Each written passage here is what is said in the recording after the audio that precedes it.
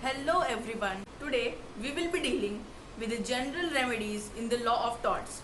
So let's begin with what is law of torts.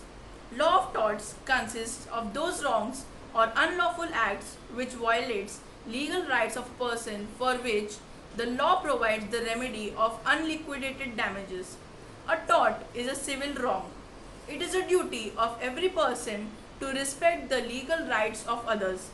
If a person violates one's legal duty, then he does a wrongful act, and by this act an injury is caused to the legal right of a person, then the aggrieved person can file a suit against him for his damages.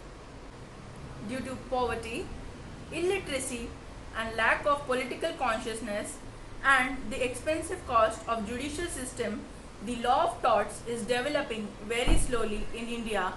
The law of torts is concerned with those situations where the activities of person cause or threaten to cause the interest of others.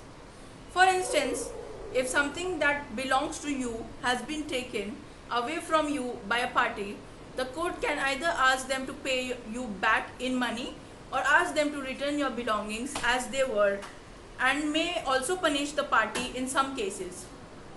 So now let's see what all remedies are available to the victims suffering losses. There are two kinds of remedies available under the law of torts, namely the judicial remedies and the extrajudicial remedies. Judicial remedies are the remedies given under the court of law, which are of three kinds, that is, damages, injunction, and specific restitution of property. Now let's see each one by one.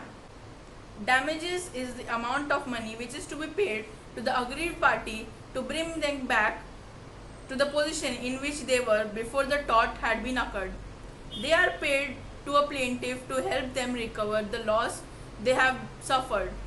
Damages are the primary remedy in the cause of action for torts. Do refer to the case law of Ashby versus White, Rookies versus Bernard, Subhash Chandra versus Ram Singh. Injunction. It is an order of the court restraining the commission, repetition, or continuance of a wrongful act by the defendant. In order to get this remedy, the plaintiff must prove either damage or apprehend the damage. The remedy by way of an injunction is a discretionary remedy. In India, the law relating to injunction is contained in section 37 to 42 of the Specific Relief Act 1963.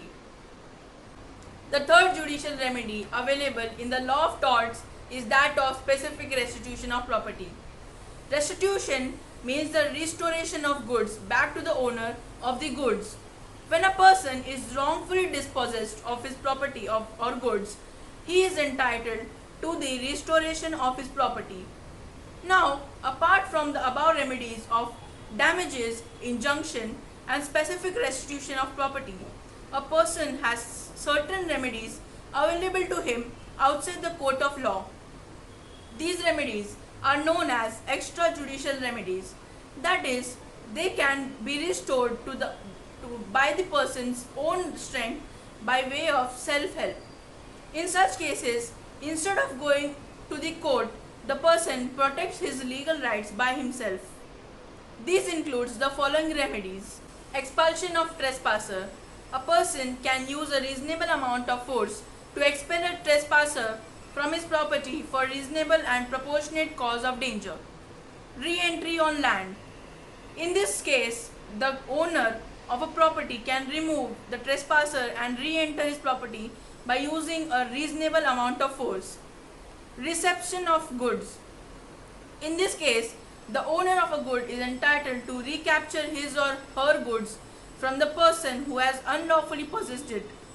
In exercise of this right, the owner can enter upon the land of another and it will not amount to trespass. Abatement. In case of a nuisance, be it public or private, a person suffering injury can remove the object causing nuisance. Lastly, distress, damage, feasant. Distress means the right to detain. Damage means injury. and pheasant means wrongful act. Thus, if a cattle or other things are on a person's land and causing injury, the occupier has the right to seize them and retain them until compensation has been paid to him for the damage by the owner of the cattle or animal.